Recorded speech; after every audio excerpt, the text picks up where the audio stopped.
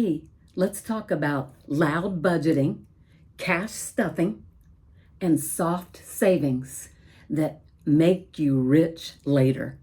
Hi there, my name's Monica, and I'm a mental health nurse practitioner by trade. I'm a money manager at heart, and I'd like to be your financial counselor. I made this YouTube channel and I'm releasing 3 videos a week because I'm dedicated to helping younger versions of myself, or the same age or older, learn from the mistakes that I did and hopefully not commit the same mistakes and become financially independent so that you can retire when you want to. I am retired now, and I think I learned a lot over the years, and I want to share it with younger versions of myself. It all starts really with your thinking, and that's true of a lot of the things that I talk about when we talk about mental health. But when we go back to money, it all starts with your thinking around money. You might not even be aware of what your thoughts are. If you see and want more of these videos you see helpful, please click subscribe, send it to somebody that you know it could be beneficial to, and click like. That helps me. Put comments in. I'll respond to them. I love comments, and you might think what I'm saying is totally off the wall, and I'm even okay with that kind of a comment. So let's get started here, because Gen Zs are now beating us, and they're doing some things about it, and they're liking it, and I like that they like it. But there's something called loud budgeting, and what this means is financial freedom with accountability. So if you're doing budgeting, you're loudly budgeting, you're boldly saying, instead of just saying, oh, no, I can't go out to eat tonight. Can't go, I'm busy. You're saying, I can't go out tonight, I'm saving. And you're proud of it.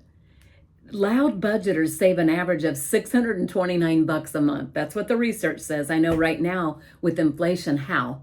But they are saving money every month. And you know how much it costs just to go out and have fun, even as a single person, especially if you buy drinks. So it's giving them confidence and reducing financial stress. I call that the invisible noose around the neck that you don't see, but it chokes you and makes you feel like you're going to cry all the time with the littlest thing that goes wrong. It turns budgeting from a chore into actually a social strength, and I love that. Cash stuffing, like envelope method, it brings budgeting back to reality.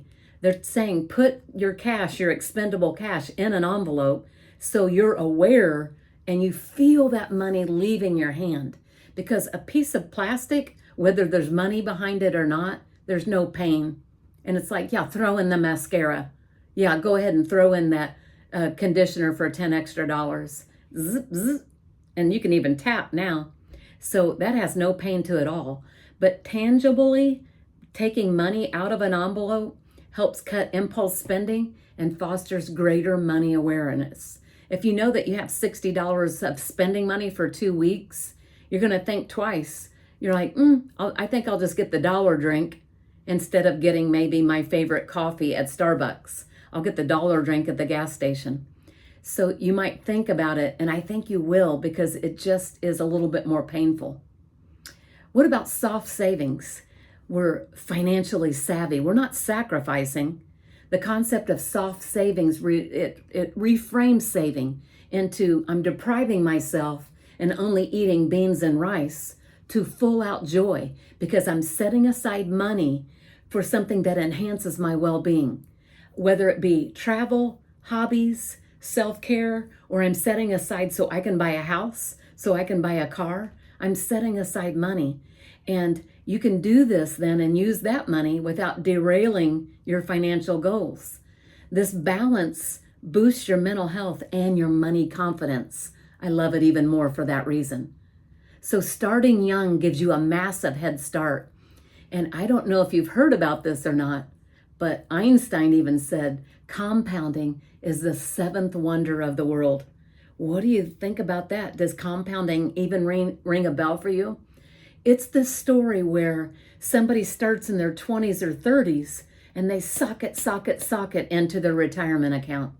And then they have to stop because they get busy, get a family, house, 2 cars. And then somebody at 35, 40 says, oh my goodness, I need to start socking away. And they sock away even more than that 20-year-old did. And they start really plugging it away when they both end up at age 65. Who has more money? It's the one who got the compounding interest from an early age. That's why even we as grandparents, if we can, I have a part-time business that I own, employ your grandkids to do work with it and help them get a Roth IRA while they're young. And even if it's not 5 or 10,000 by the time it's all over with, it's going to be a tremendous amount of money for them when they reach the age of 65. So think of it this way, compounding interest, people don't understand it. Even mathematicians don't understand it. But I'm telling you, you get that first $100,000 saved and it works magic on your money over time. Just don't look and just keep it in the stock market when you're young. Just keep it in there, either a stock market index fund like Vanguard's VTSAX or the actual stock market. If you're a government employee, use the TSP and go mainly C, 100% C if you have 10 years or more until you retire.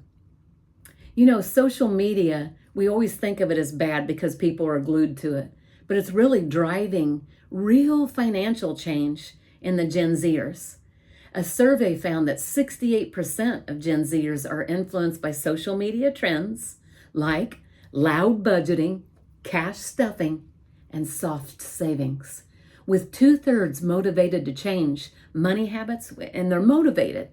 Platforms like TikTok, they're modern and they have been impactful on financial decisions. If you like this, hit subscribe. If you want more tips, you'll get the first alert that my new video's out. And then don't forget about my book, Girls Just Want to Have Funds, 4 Steps to Financial Freedom. I think they're easy steps. Click it in the link below. Have a great day.